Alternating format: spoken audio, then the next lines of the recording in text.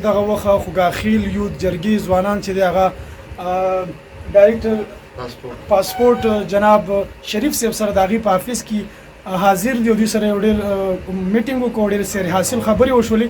ډېر زیات خوشحاله شو چې خوګاخیل قوم ځوانان چې دی هغه راپاڅېدو او چې کوم هغې ډېر وخت نه چې دی ځورل کېدل او چې دی خلکو به هغې چې دی مختلفو طریقو سره خو په هغې کې یو بدنامي چې دی زموږ چې کوم ګورنمنټ سروینټس دي د هغې بدنامي وپکې کېدله. نن دوی موږ ته واضحه کړله چې په دې کې به انشاءالله داسې به یو قسم کار نه کېږي چې د قوم سره به چې دی څوک غداري وکړي یا به چې دی هغې ته مشکلات ورسوي. نو دې ته به چې دی هر قسم چې دی فیسیلیټیز میلاویږي. دا افیس چې دی دا د خوګاخیل د قوم چې کوم خوګاخیل دي ریل کې دا د هغې دفتر دی، د هغې هر یو کار به کېږي. دغه شان د خوګاخیل یوت جرګې نه چې د هغې خپل ویریفیکیشن هم کولی شي او شریف صاحب به د هغې پوره دغه کوي. نو سر تاسو دوه خبرې دي. السلام علیکم ورحمت الله وبرکاتو. دا ستاسو د خوګاخیلو د یوت جرګې والا دلته راغلي دي دفتر ته، پرون دوی تللي وو. د جزانان د ډېرې وخت نه په هلو ځلو دي. نو دوی پرون حاجي شوکت علي پارلیماني سیکرټري چې د انټیریر وزارت داخله کوم دی هغه تللي. بیا هلته نه دي ما سره خبرې وکړې چې یاره خوګاخیلو ته دلته څه مسلې دي. نو ما ورته وویل چې شپږ خوګاخیل خو نن هم مال راغلي دي او ما ولا کار کړی دی. بعضې داسې خلک دي چې هلکه خوګاخیل نه دي ځان په خوګاخیلو کې حسابوي.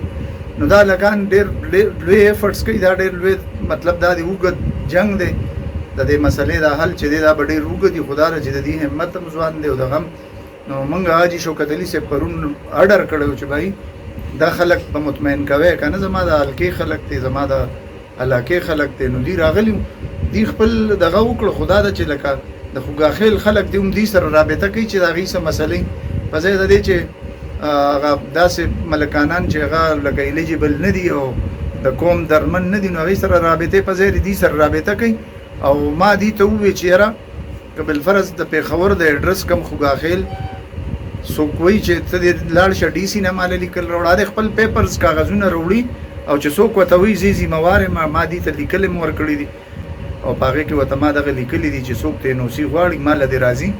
د ډي سي ان او سي چونکې نن سوال ته یا ورکوي یا نه ورکوي. انکنوینینسي سړي ته تکلیفي چې هلته ځي ممندو ته ځي ملکانانو پسې ګرځي.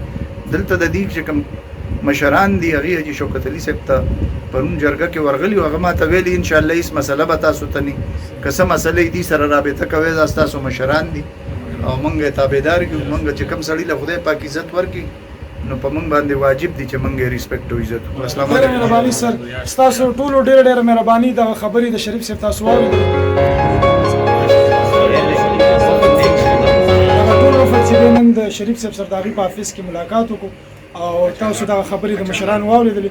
ډېره مهرباني. د ټولو ملګرو شکریه. جزاک الله سر. تhank you.